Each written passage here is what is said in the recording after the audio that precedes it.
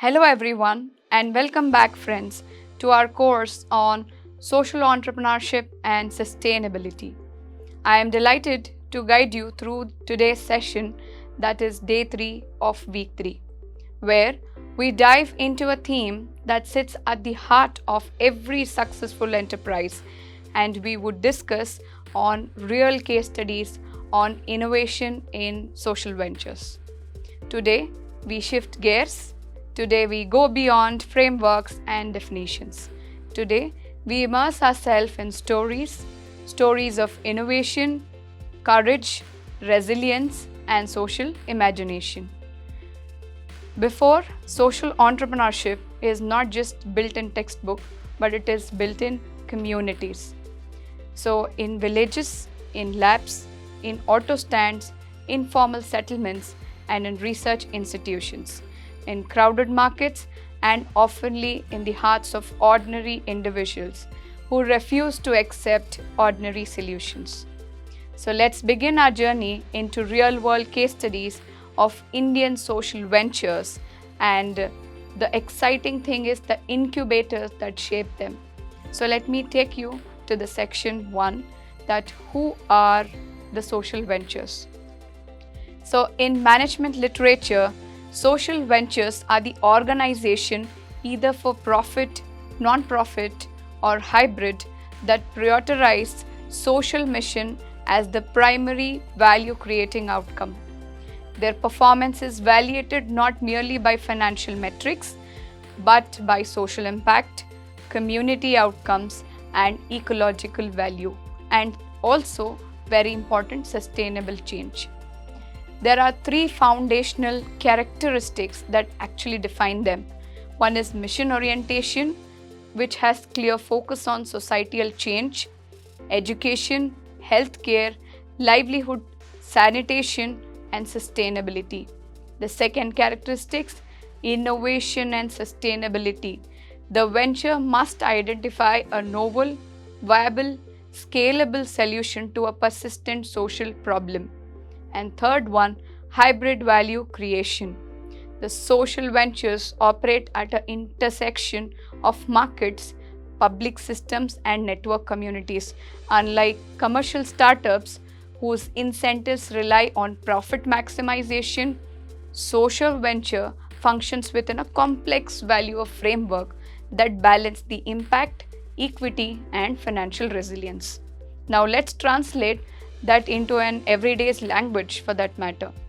A social venture is what that happens when someone says that this problem is unacceptable and I am going to fix it. Not because it is profitable, but it matters. These founders might be, first thing, that is student with an idea born in a campus lab, or a researcher wanting to take up some innovation beyond academia, or community leaders responding to the local needs of the environment, or entrepreneurs who want the purpose before profit. All of them operate outside the traditional university restrictions. They seek for grant, philanthropy, CSR, patient capital, impact investors, and sometimes customers who value change.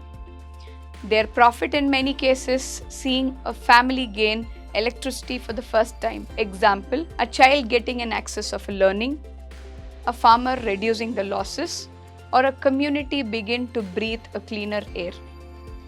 All of this is considered to be social ventures, where humanity innovation labs, where compassion meets the entrepreneurship. Let me take you to the section 2, where why social ventures matters. Here social ventures are crucial because they address market failures where commercial incentives are inefficient. They fill institutional voids, especially low-income ecosystem. They innovate at lean cost structure, making solution fragile yet effective. Creative inclusive business model that uplift underserved communities, and catalyze long-term systematic change rather than the short-term fixes. So let me tell you through the case stories. Imagine you are standing in a rural village where electricity is unreliable. A young girl is studying under a dim kerosene lamp. Her eyes burns, her future dim with the flame. But then one day, a small solar lantern company arrives, which is affordable, durable, and safe. That single lantern kept her in school, protect her lungs, let her dream come true. So this is the power of social venture. Not a global brand, not $1 billion valuation, but just one light in one home, changing the entire life and repeated 1,000 times in the same way. Next section we have the landscape of social incubators in India. Now we turn the hearts in today's module. How do you as a social entrepreneurs rise? Who supports them? What is the ecosystem that enables them to think innovative? Here we go. India's social innovation landscape is one among the most vibrant in the whole world. We have incubators, accelerators, and foundation that acts as a scaffolding helping fledgles ideas becoming a scalable and sustainable ventures. Let me tell you the examples of the company. We will examine 11 major Indian social incubators. UN Limited India, Will Grow, Action for India, Deshpande Foundation. We have RTBI IIT Madras, Dasra, Upaya Social Ventures, Innovent, CIIE, IIM Ahmedabad, Khosla Labs, Marico Innovation. All of these are unique incubators wherein these organizations do not merely provide money, they provide confidence, they provide capability, connection, and credibility. So let me take you through this case study. These case studies are of India's leading social incubators. Now we try to discuss about it. Each of these cases will be explored with academic analysis, and I have a story connected to it, impactful assessment you get connected, and very important lesson learning to the entrepreneurs. So let me start. The first case is UN Limited India. It is a formal academic perspective wherein UN Limited India operates on a cohort-based incubation model centered on leadership development, system thinking, long-term sustainability, and selection criteria for availing these social entrepreneurs.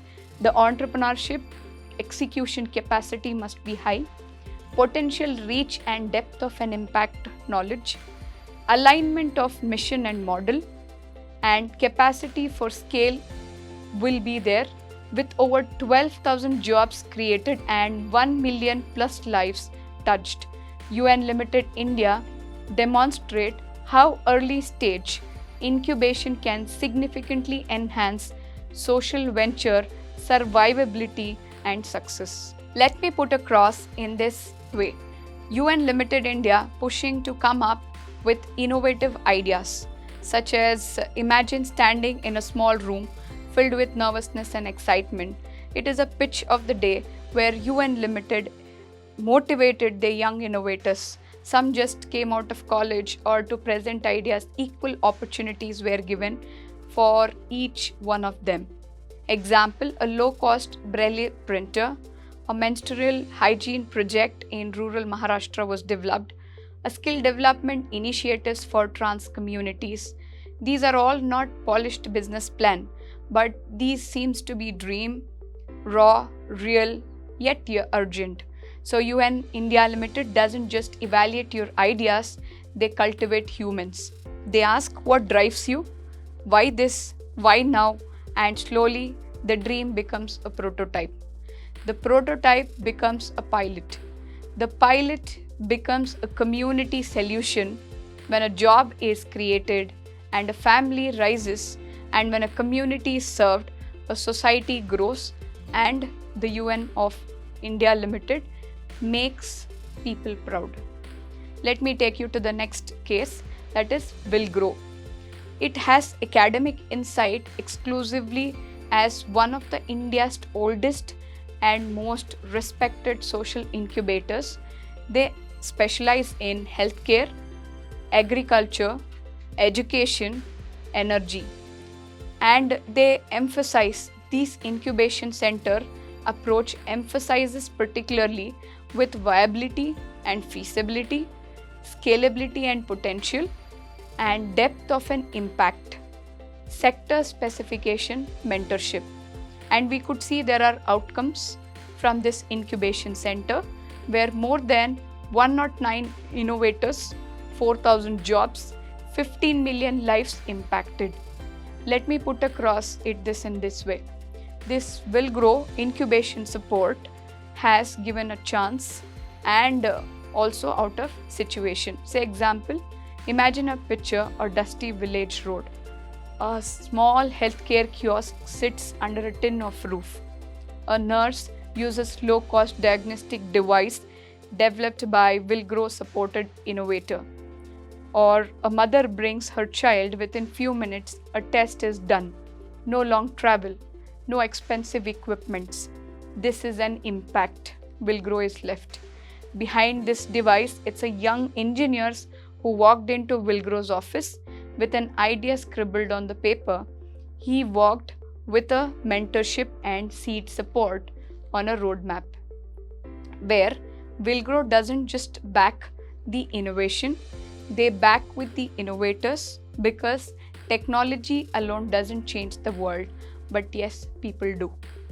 Let me take you to another exciting case, that is Action for India, wherein this academic lens incubation center, this exclusively bridges the gap between social enterprises, government agencies, investors, technology partners. Their Silicon Valley Challenge stands out as a unique platform for exposing all Indian social entrepreneurs to a global innovation ecosystem. Let me again put this across in this situation where, instance, imagine receiving an mail that says that you have been selected to participate in Silicon Valley Challenge. So your heart stops, you pack your bags, you land in California, instance, you meet CEOs, you meet investors, you meet policymakers, etc. You see a world where ideas scale in months, not in years. You return home and not the same person. And this is what Action for India does. It expands your imagination, and that expansion sometimes all an innovator needs. That push is given by this incubation center. Next case we have Deshpande Foundation, where it has this particular academic analysis where this Deshpande Foundation pioneered the concept of sandbox ecosystem, where entrepreneurs, NGOs, local community leaders, government bodies co-create solutions. All of this ecosystem thinks and ensures scalability, community to buy in, and mainly sustainability. So let me take you through an imagination situation where now you can imagine walking to an Hubli sandbox for that matter. You see farmer testing a new irrigation tools, women learning digital literacy, youth solving a local challenges in innovation labs. It feels like a marketplace of ideas. What it does is a place where learning is not lived and not lectured, but it is felt everywhere together, bringing all of them under one frame. The next incubation support, RTBI IIT Madras, wherein it exclusively, this RTBI was established to support all technologies tailored to the rural context, where this model includes exploration, incubation, field testing, administrative and funding support as well. Their focus on rural inclusion fills structural gap in the Indian development landscape. The main highlighting fact here is when a young IIT student develops a rural fintech platform and RTBI helps them to test that in villages, not only in theory, not on paper, but on actual communities. So this is something which is no better than a classroom but very much effective on the field. Next case we have Dasra, that is exclusively where Dasra has unique strength lies in research driven philanthropy, impact measurement, sector deep dives, capacity building, where their work with 730 plus organization impacting 17 million plus lives underscores that role of ecosystem architects. So let me put across in an instance. Think of Dasra at Google Maps of philanthropy. In a case, if you want to give a meaningful, sustainably and strategically, they show you the way. Their research shapes decision, their mentors shapes organization, their presence shapes the ecosystem. That is the main aroma of it. Nextly, we have Upaya Social Ventures, where they have academic framing focused on livelihood creation, and Upaya specialization in giving seed capitals, very important, and business development support, long-term engagement with entrepreneurs up to 2 to 3 years, and their belief is employment is the strongest pathway to the extreme poverty. So let me put across for an instance. Imagine a woman in Odisha who gets her first stable job because of social enterprise Upaya supported. That job pays for food, school fees, and for their dignity purpose. This is not just employment, but it is an act of empowerment. And next case we also have Innovent, where this academic perspective where Innovent evolved from investing into Indian innovators to building a global sustainable networks. They support solution across globe, Asia, Africa and beyond.